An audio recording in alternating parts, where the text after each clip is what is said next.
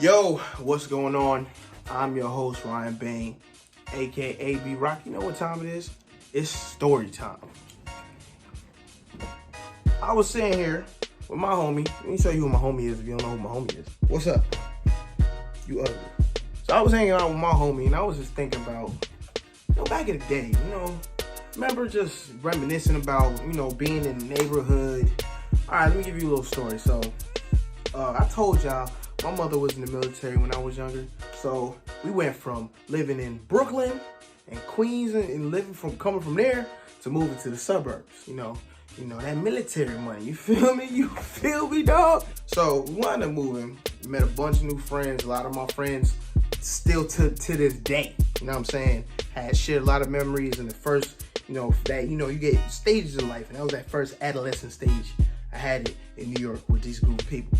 So, I never had a backyard or a place to go to because we lived in the city. We lived in New York City. And you wasn't playing at no park because you was ducking bullets or, you didn't have to worry about a bunch of crazy stuff. It was New York City in the 90s. Come on now. It was wild. So, we finally moved out to the suburbs, nice house. And where it was, houses was connected. And, there was back areas. So it'd be connected, then had a back area. In this particular back area, we had a playground and an open little field. In this field, we played tackle football. People was getting their ankles broken. Fights. We had this game called the back and forth game, which I really think it was, I forget what the game was, but it's called back and forth. One person stood in the middle and you ran across from side to side. That's free. It was like freeze tag, but we called it a back and forth game. See? That's that backyard playing. That's what I'm talking about. We had this little, it was like the epicenter in the back. So the front of our house was here, and it was the back square where the park and the field was. And on the other side, you had the parking lot where the cars would come park, and it was a big dumpster. Now, even though this was a beautiful neighborhood, you feel me? They warm and welcoming. This neighborhood has some crazy ass canines. Let me give you a list. Like, these animals, everybody's house had an animal that was demented, like, from start to finish. So it was no walking by yourself in the back. If you did that, you know what I'm saying? You're going to be putting the burners on. Let me explain. So in the top right corner, you had the German Shepherd, AKA probably a riot dog that was used during the Civil Rights Movement. And I'm being dead serious. I'm pretty sure that dog was racist. It was inherited. Bad dog. Then you had, let me go back. This German Shepherd, I seen it personally. This German Shepherd bit somebody in the ass. That was the first time it was let out the cage. And that's the first time that we all knew that dog, as soon as it stepped out that cage, it was going to bite somebody's ass. And that's what it did. I watched the dude. He was just walking. He walked past the fence. The fence was a little bit open. All in the butt cheek. That was hilarious, bro. And there was a playground. So if you was getting attacked or you see somebody get attacked, you better run up on the top of the playground and you just watch the victim. And I was just at the top like, damn, man, you should have climbed up the slide. He ain't listen. Then next door to that, okay, I can't remember the names because they moved. I think one of the names was Cecil and he had a brother. They had a dog. This nigga name was Goliath. Let me tell you why his name was Goliath. He was some type of something. I don't want to say he was a Great Dane. And he had a bark that sounded like a car horn, like hoo, hoo, just And mind you, I'm not that tall, so back then, I was small and skinny. And Goliath was about bigger than me, and he probably weighed 150 on an easy day. The nigga name was Goliath. Why you named him that? Next door to him, so then you got the German Shepherd that's biting niggas. Then you got Goliath that basically he hunts what he eat. Because every time I had an encounter with Goliath and he got out the cage and he was just like, I was just straight up that goddamn slide. He was so big he couldn't get up the slide. So he would just chase me up there and just look down like, yeah. You know what time it is when you get down here, right? You know what time it is. I hear him calling me, but you know what time it is. Bullshit. So then you got those two heavy hitters, right? And then right next to that, this is the one, this nigga was like Baby Joker from Next Friday. It was a Chihuahua. A little Chihuahua. Chihuahuas, they got a bad reputation, as they should. Let me tell you what this nigga would do. I'll be sitting there walking. Now, I told y'all we had the parking lot on the side, playground right here, open field right here, and it was just like a horseshoe of the houses from in the back. So it was all connected. This was a Chihuahua. This nigga could fit through that. So me and my brothers, we'd just be walking our happy ass. Mom would be like, yo, go take out the trash. Now, this was a nice little, nice little housing area, whatever, but wasn't no lights where that trash can was at. So you walking in the dark. You just walking, minding your business. You minding your business. You minding your business. And then all of a sudden you hear, and you just gotta take off running. I don't even know what his name was. We used to call him the Yo Quiero Taco Bell dog, because around that time, there was a Yo Quiero Taco Bell dog. It was my neighbor's dog. Yo Quiero. That means I want, if you don't know. I want Taco Bell. I wanted to kick this little nigga across the street. Every time I tried to go take out the trash, here he comes, to try and bite your ankles. And he was, he wasn't no punk. He will chase you to your crib, look at you, and like, I ain't never see a dog walk back. This nigga walk back like, all right, bitch. That's wild. So then you go to the next door. You got, if Cujo and the dog from Sandlot had a baby and it turned out to be a Rottweiler, that's what it would be. My boy Anthony, man, listen. I don't know if they was feeding this dog raw meat. I don't know if this dog was killing the squirrels. I don't know what that dog's problem was. But listen, Hoof, I say Hoof, not a paw. Hoof about that damn big, right? We used to play this game. We are wild. This is why our generation is better than this new generation. We was wild. So I just told you, there's another dog I'm mentioning, but that I haven't even mentioned yet. I just told you it was a chain. The house was all linked together, and we had sheds. There was individual sheds in each house. We used to play this crazy ass game of like manhunt / tag, where we would chase each other into each other. All those crazy ass dogs' yard, we would have to run through the yards and hop via sheds. Our parents should have been whooping our ass for that. Super disrespectful, but it was mad fun though. We were jumping from gate, you juking dogs, right? You doing all that crazy stuff. Jump another gate, jump on top of the shed. I'm scared. That jump was mad fun, like, but we didn't realize, like, if you fell down there with Precious, R.I.P. Precious, I don't even know what she gonna do, but I know for a fact Precious been waiting to catch a body. Her name is Precious, and she had a spike collar, cuz. And y'all watching this, who's from that neighborhood, y'all remember Precious. That bitch was bad, like scary. We used to play the game, we used to jump, you fall in there, Precious, you're done. Party over, right? So then this last one, you ain't gonna believe what's in this last, wait a minute.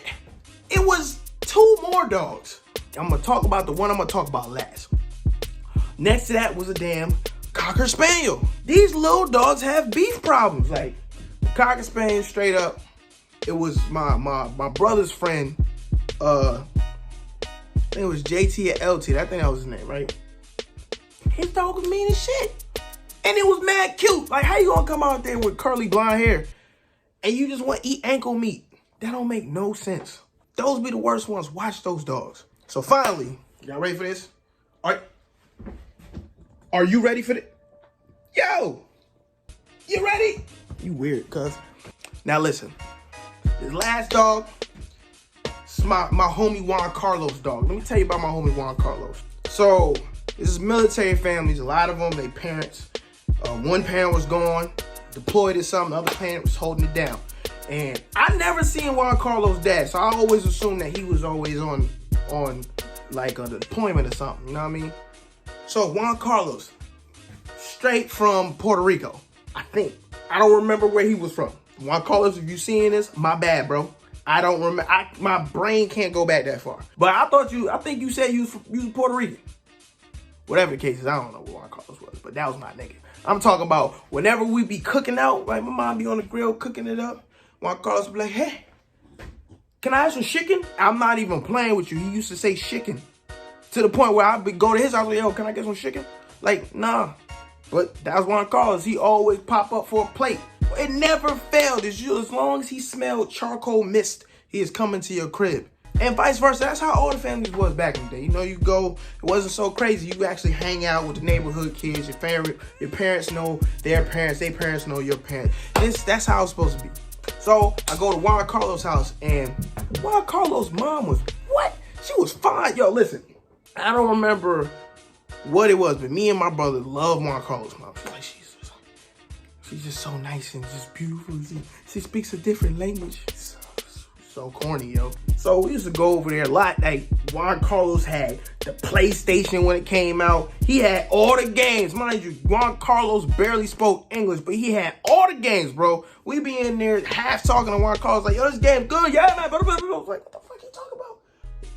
He said press triangle, right? Yo, well, that's yeah.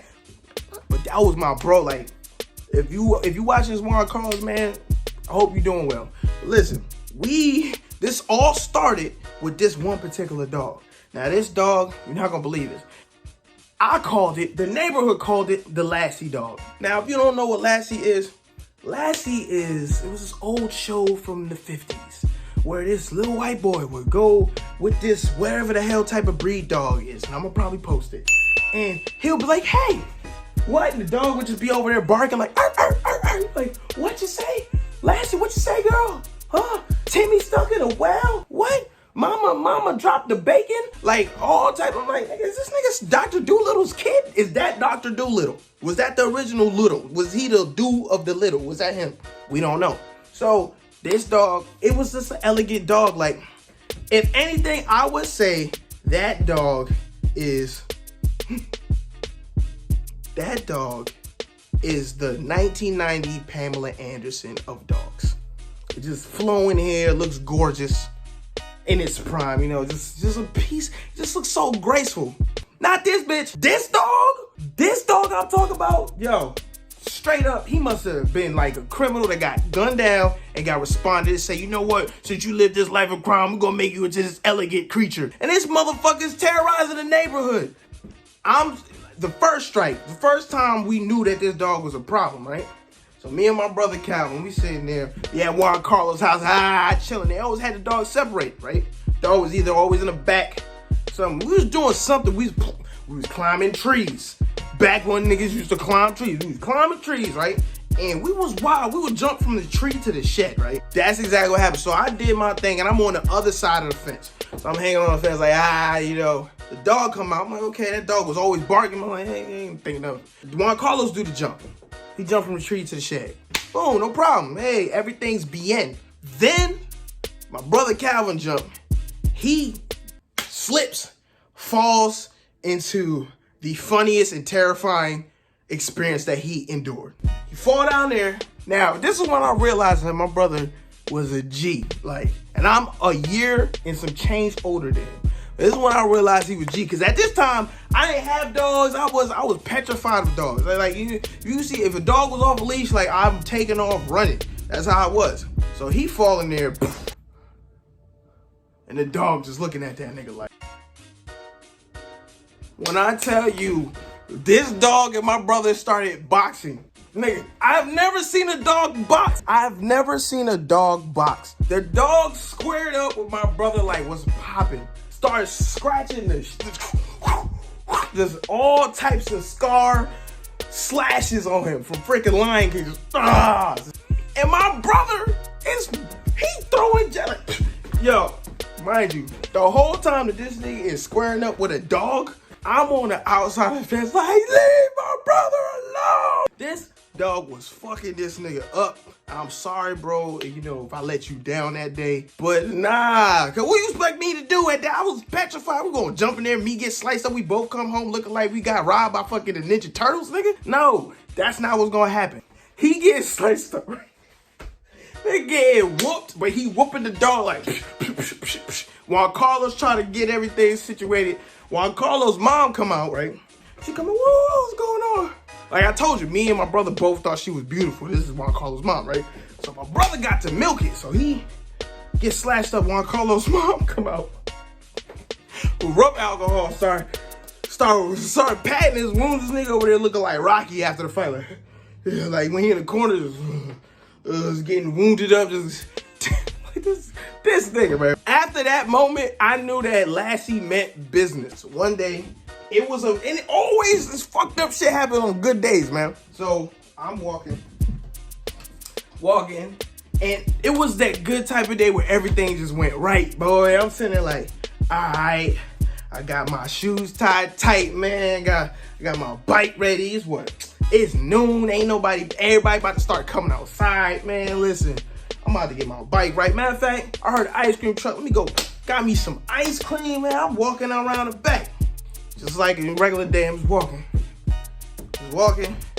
I start to hear like gathering of feet. Not human feet. Don't what the fuck is that noise? And actually, it might have been later than noon. It might have been like 1, 2. Because I remember my mom was outside grilling. She is grilling, and she'll contest it. She's outside grilling. She's eating this ice cream. Come back, I'm like, I'm about to mess this joint up. Yo, Juan Carlos, man, you already know who's about to be grilling. I'm walking out, sitting and look back. All I saw, this bitch. Yo. When I say I was running in like, I was running like Ricky from Boys in the Hood. Like, I was just waiting like, this is gonna be one of these strides. He gonna bite my thigh. I was running for dear life. I think that's what got me into playing football. So I was like, well, shit, if I can outrun Lassie, the murderer, I can outrun a damn defensive end. So I'm sitting there taking off. It's like, yo, mama! Screaming. If somebody was looking out their window, would just see a black dot running from a fucking brown and tan dot, screaming for his mother. I'm sitting like, mama! I don't even, like, my mom, she's from the hood, right? So the scream I was doing must not have alerted her to be like going some crazy. She just opened the door so casual, like, nigga, what are you doing? And she opened the door, I'm like, open the gate, open the gate. And she still, like, I don't know if she didn't see the dog or she didn't, but I'm screaming, open the gate. She's just looking at me with a spatula like, man, I gotta flip some hot dogs. What are you talking about? Listen, gate about this tall. When you are scared, you could do anything. I Olympian jumped that thing. I mean, I wish there was camera phones so somebody could have recorded that. I've been viral. I flipped over that thing. I might even did a tuck. Landed square on my back, knocked all the wind out of all of that came out me. Just gone. And Lassie ran up to the gate like, yeah, I'm gonna catch you next time, cuz. And she just ran back while Carlos told her Benaki, yo. I've never been so scared in my life. But after that, I had a new motto. If a dog was within 20 yards of me, I'm running. I don't give a fuck. I'm not about to fight. And then I started meeting people later on in life. He was like, y'all done punched the pit bull in the face. I said, nigga, why? Who are you? I ran from Lassie. I ran from this. Damn shame. But you know what? It made me want to join the football team. It made me want to be a running back. I was like, you know what? I want to run. You know what I'm saying? This is help me get my 4-4 up. Nah, psych. It just made me be aware that if a dog is within distance, you need to start walking or running. That's just how it is. And I'm jumping on top or over things. That's definitely happening. If you don't have that in the manual book, you might as well donate your meat to the dog, because that's what's going to happen. It's going to bite all that shit off. Moral of the story is, ain't no damn moral of the story. Just run faster, yo. Keep on running. Don't stop running. You apply that to life. Just keep on running. Do the force. Just, I will run and you do that.